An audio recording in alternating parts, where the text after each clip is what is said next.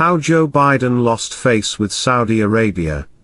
In March 2022, it was reported in the US media that Saudi Arabia's crown prince and de facto ruler, Mohammad bin Salman, refused to take the call from the US President, Joe Biden. When the US National Security Advisor, Jake Sullivan, visited Saudi Arabia in January 2022, he was shouted off when he mentioned Jamal Khashoggi, the Washington Post reporter, who was murdered with direct orders from Mohammed bin Salman, according to the US intelligence. You would think that level of humiliation will make the world's most powerful country, the United States, retort back diplomatically. The opposite seems to be happening though. Practicality seems to have taken a place higher than a stand on freedom and self-respect. Even the hypocritical moral outrage on human rights, which the US displays according to its convenience, is put on the shelves for now. The White House reported that President Biden will visit Saudi Arabia in July 2022, ending any hope for the people on the left, from his own party, that the US will even show pretense of supporting human rights in Saudi Arabia.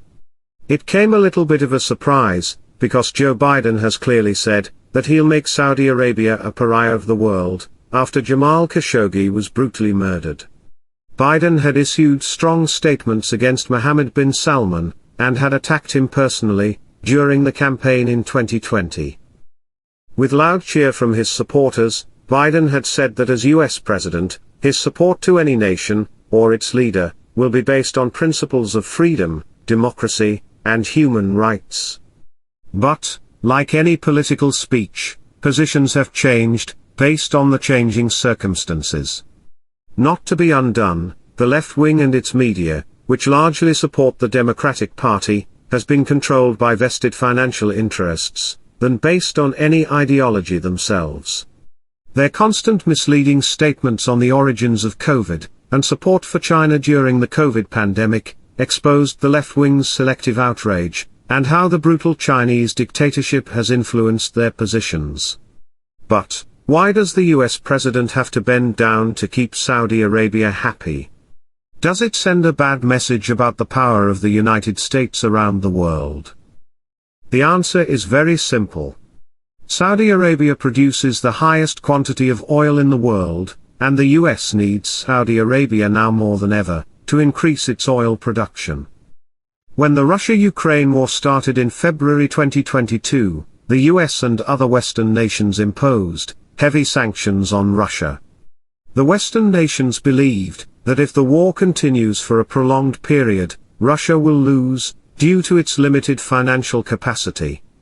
Since oil was the main revenue for Russia, there were several efforts made by the Western nations to reduce Russia's capacity to export its oil.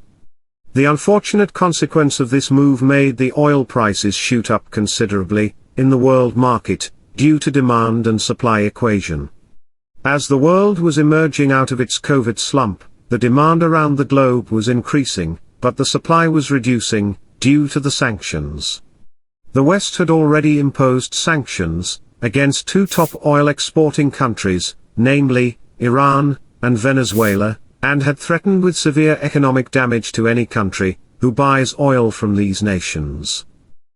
The US is left with no other option but to bend down to the OPEC nations, requesting them to increase production. Led by Saudi Arabia, the UAE, and Bahrain, control OPEC and its production. Since the Saudi prince refused to talk to the US president, he was left with no other option but make the request in an official trip. The rise of Cold War mentality in the US against Russia has made the US try to strike a deal with Saudi Arabia, much against its stated principles. Thanks for watching.